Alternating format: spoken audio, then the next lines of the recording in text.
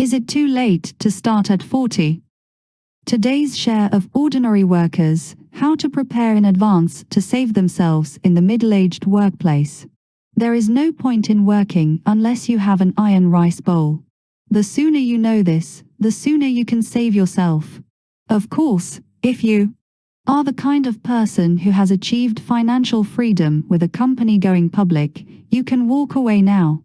Because what I am talking about today is aimed at us ordinary workers, how to prepare in advance to save ourselves in the middle-aged workplace. What I have said today may not be acceptable to everyone.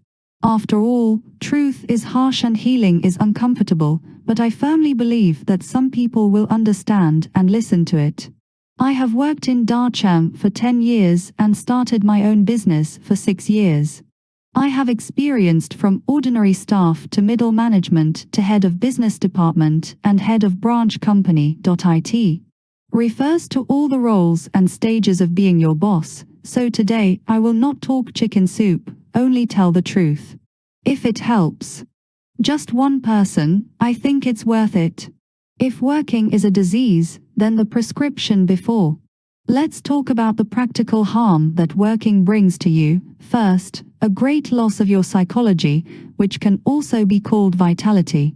There are 2 ways to lose. First, all your time is filled with work. From the moment you go out in the morning, you prepare for today's work state. A busy day of work, you are often tired. What have you been busy all day? Working overtime and staying up late 996. The only way to decompress is to eat and play games. Second, from work to work, in addition to mechanical coping with those forced to be arranged work, basically did not think. Years have passed, but it is repeated thousands of times a day, both of which are great consumption. The time you would have spent growing or enjoying yourself is all in exchange for that meager income. And in your words, it's called stability. Second, the nature of work is extremely trending because more than 90% of the positions in the company. In fact, all it takes is an obedient tool, and someone will say, "That's not right, my boss is giving me brainwashing all day. You draw me cookies, you teach me to solve problems. I'm the boss, too, and to tell you the truth, except for a handful of rare talents. Everything your boss says to you, whether it's encouraging or harsh, all the demands he makes on you, whether it's reasonable or nonsense, just to be able to control you, let you do the work done. There is no expectations, you do not see the company as home, the boss does not really see you as family. Third, the stability of work and future income changes depend on the industry, depends on the market, depends on the leadership of the company's boss. But it's hardly up to you. This is the saddest and most true of all. There have been highway toll collectors who cried when they were laid off. I've been charging for over 20 years. I don't know anything but charging. If all you do is work at the firm. So, how much better are you than him? You will summarize and coordinate, report, understand the market, and understand analysis. But do these abilities really work when they leave the platform? I came out of Darcham myself, but I rarely recruit people from Darcham, especially young people who are willing to take the initiative to reduce their salaries. Because I know that they have the big factory disease. Small companies do not keep idle people, the boss wants immediate results. If you hear this still snort, then believe me, you must not want to start a business. Secondly, when working in an organization to place crews, will let you develop dependence, lose the ability to face and solve problems independently. Imagine what is the biggest difference between workers and entrepreneurs. As long as you are still working, your responsibility will have the opportunity to shirk, or you can find others to shoulder, as long as it is not a big fault. The company will not give you a fatal punishment, because your boss is just a senior worker. There is no need to punish you, and the so-called most fatal punishment is to dismiss you. Therefore, a word often said by workers is that big deal. Lao Tzu does not quit, and an entrepreneur with survival ability. You must rely on yourself, and only on yourself. To exaggerate, sometimes even the result of a failure is irreversible. All right, out of harm's way, let's talk about solutions.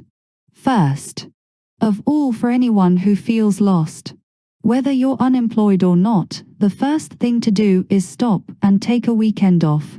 If you've lost your job, stop completely, at least for a week. Rest assured, the world won't end if you don't do anything for a week. The more confused people are, the more they can't panic, the more they can't seek outside, who expects to use external forces or which master to guide the maze. Relying on a skill to turn over, almost all in a constant waste of time. Secondly, reflection. At this stage we need to deeply reflect on two things that can leave you turnover. 1. Objectively summarize the useful ability accumulated in these years of work, and then think about how to transform the object of ability. For example, if you used to do investment in the enterprise, can you change it to let party B get a better budget? For example, you work in recruitment. Can it be transferred to training and guidance for job seekers? For example, if you are a developer, you have the ability to independently develop some small projects. For example, if you are doing sales, you have your own ability to borrow orders, or the ability to grow rapidly in training new people. The condition does not have the same ability. From another point of view, your value will double or even multiply several times. But there is another extremely important point to keep in mind, and that is that you must be able to do this work independently. If you also need complex coordination, it is equivalent to useless. Second, if your work really does not accumulate any useful ability, then you will seriously reflect on their own advantages. If there is no advantage, that is the specialty. If there is no specialty, that is the interest. Remember, interest is your last card. For example, if I want to learn the guitar, but I can't do it right now, can I show how I grew up from scratch? Harvest a batch of powder? Can I put the pit I stepped on when I learned the guitar, the skills I gained and the dozen songs I just learned? Document the course and sell it. Remember, sometimes the experience that a junior high school student sells to an elementary school student is more appealing than the teacher because it's fresher, more practical, and less distant. One of my friends has sold tens of millions of guitar lessons this way over the past 2 years or so. Third, when you have figured out this position, you must start to do subtraction, minus all unnecessary social friends and entertainment.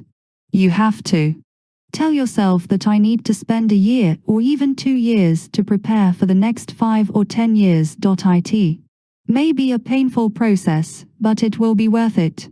I'm not advocating painful growth, but remember that only painful growth can prove that you are going uphill. Of course, if you can't do it, that's fine, only because you're not cornered yet. When you are pushed to the brink, you can naturally do it, then it is not you who actively withdraw from the world, but the world directly abandons you.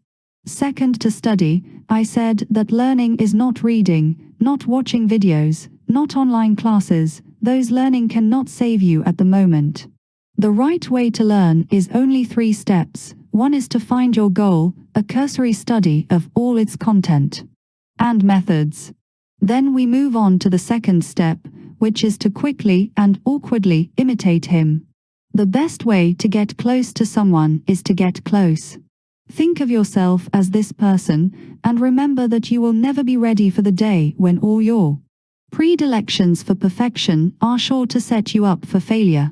You don't need to study why, you don't need to study logic, you don't need to study data. As long as he is successful, as long as it can make money, you can imitate it first.